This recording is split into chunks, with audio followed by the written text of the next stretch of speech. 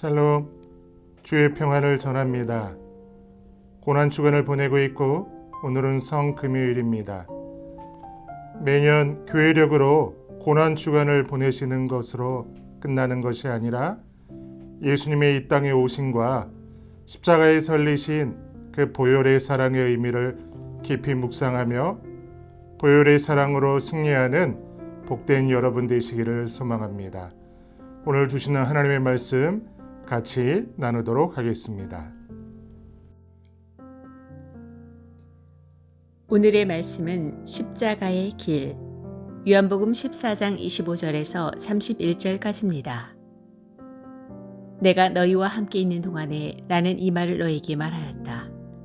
그러나 보혜사 곧 아버지께서 내 이름으로 보내실 성령께서 너희에게 모든 것을 가르쳐 주실 것이며 또 내가 너희에게 말한 모든 것을 생각나게 하실 것이다.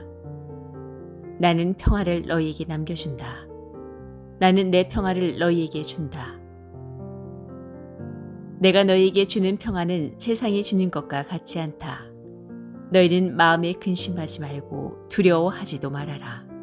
너희는 내가 갔다가 너희에게로 다시 온다고 한 내 말을 들었다. 너희가 나를 사랑한다면 내가 아버지께로 가는 것을 기뻐했을 것이다.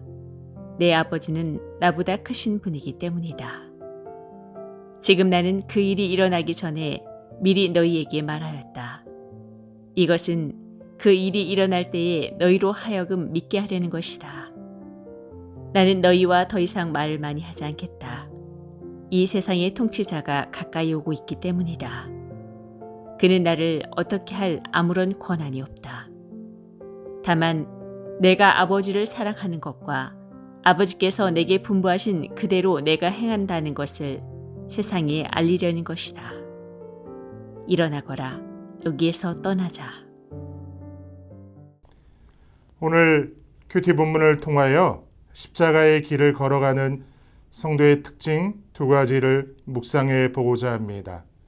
십자가의 길을 걸어가는 성도의 특징 첫 번째는 예수님과 함께 연합함으로 평안을 누리는 성도입니다. 여러분 샬롬이란 말을 아시지요? 샬롬은 오랜 전통을 가진 기독교인의 인사입니다.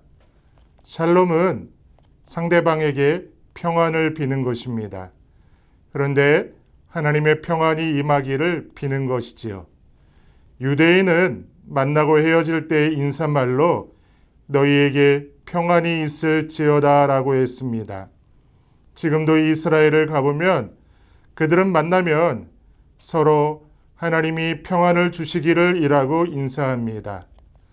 평안은 전쟁이 없는 상태나 육체적으로 안전한 상태를 의미하기도 합니다. 그 어떤 근심도 걱정도 없이 완벽하게 좋은 상태를 말하는 것입니다. 마치 어머니 품속에 잠들어 있는 아기와 같은 상태인 것이지요. 2021년 3개월이 지난 지금 여러분은 평안하십니까?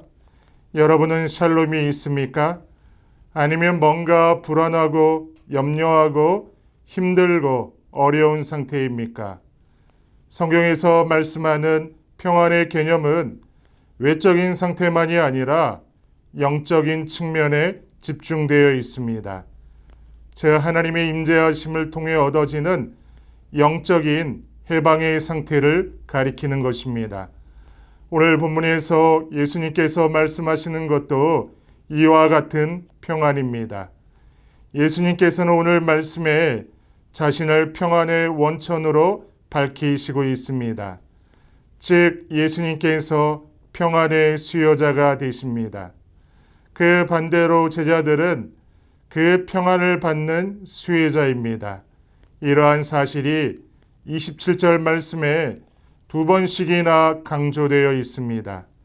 그리스도께서 평안의 근본 원천이시고 수요자가 되신다는 사실은 그분의 구속사역과 밀접하게 연관되어 있습니다.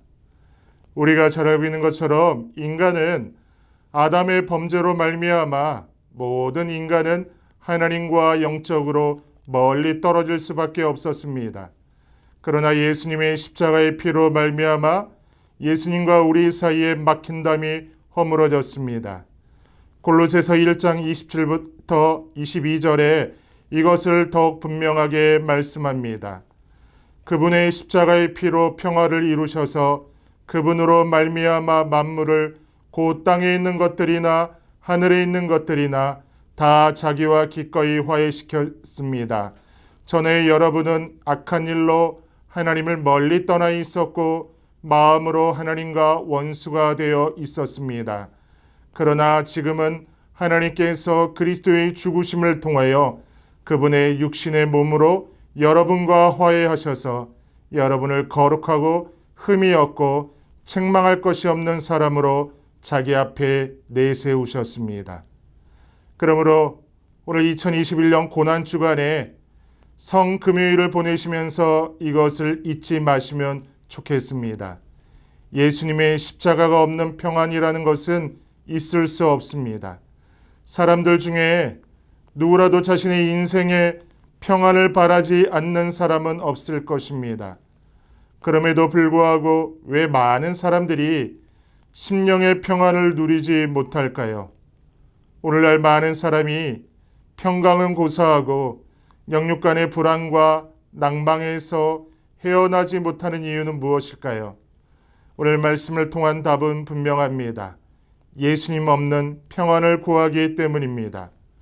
나뭇가지가 그 원줄기에 붙어 있지 않으면 말라 죽고 말듯이 양이 그 목자를 따르지 않으면 들판에서 생명과 안전을 보장받지 못하듯이 성도인 우리가 예수님과 함께 연합되지 않고서는 평안을 누리지 못합니다.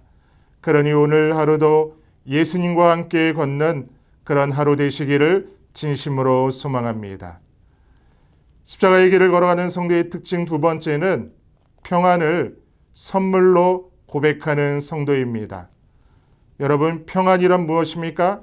성령께서 성도에게 주시는 선물이라는 것을 잊지 마시기 바랍니다. 예수님께서는 제자들에게 평안을 주시겠다고 말씀하시기 전에 보혜사 성령을 보내시겠다고 말씀하셨습니다. 25절부터 26절을 보십시오.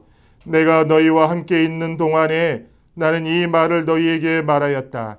그러나 보혜사 곧 아버지께서 내 이름으로 보내실 성령께서 너희에게 모든 것을 가르쳐 주실 것이며 또 내가 너희에게 말한 모든 것을 생각나게 하실 것이다. 그러므로 평안은 성령님의 우리 가운데 오셔서 주시는 성령님의 사역이고 선물인 것입니다.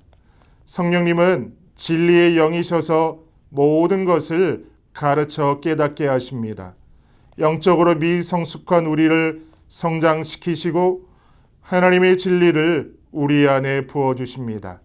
이 모든 성령님의 사역을 통해 성도인 우리는 영적으로 평강에 이르고 주님 안에서 기쁨을 누릴 수가 있는 것입니다. 오늘 큐티 영상을 함께하는 사랑하는 성도 여러분, 여러분의 삶 가운데, 가정 가운데 참 평안이 있기를 간구하십니까? 그렇다면 성령님을 사모하십시오. 그 음성에 귀를 기울이십시오. 주의 영이 임하는 곳에 진정한 자유와 평안이 있습니다. 사도 바울은 로마서 8장 6절에서 이렇게 이야기합니다. 육신에 속한 생각은 죽음입니다. 그러나 성령에 속한 생각은 생명과 평화입니다. 오직 성령님 안에서만 생명과 평안을 얻습니다.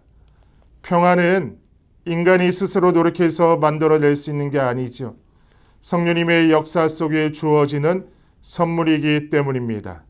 그러므로 오늘 하루도 성령님과 동행하여 진정한 평안을 누리시는 저와 여러분이 되시기를 소망합니다.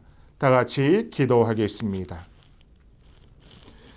고난주간을 보내며 성금요일을 보내며 십자가의 길을 걷는 것이 세상의 눈으로 보기에는 가장 미련하고 가장 우둔한 것처럼 보일지도 모르는데, 그러나 십자가의 길이 가장 빠른 길이고 가장 안전한 길임을 다시금 고백하게 하사 예수님 따라 그렇게 제자도의 길을 걷는 우리의 모습 되게 하여 주옵소서.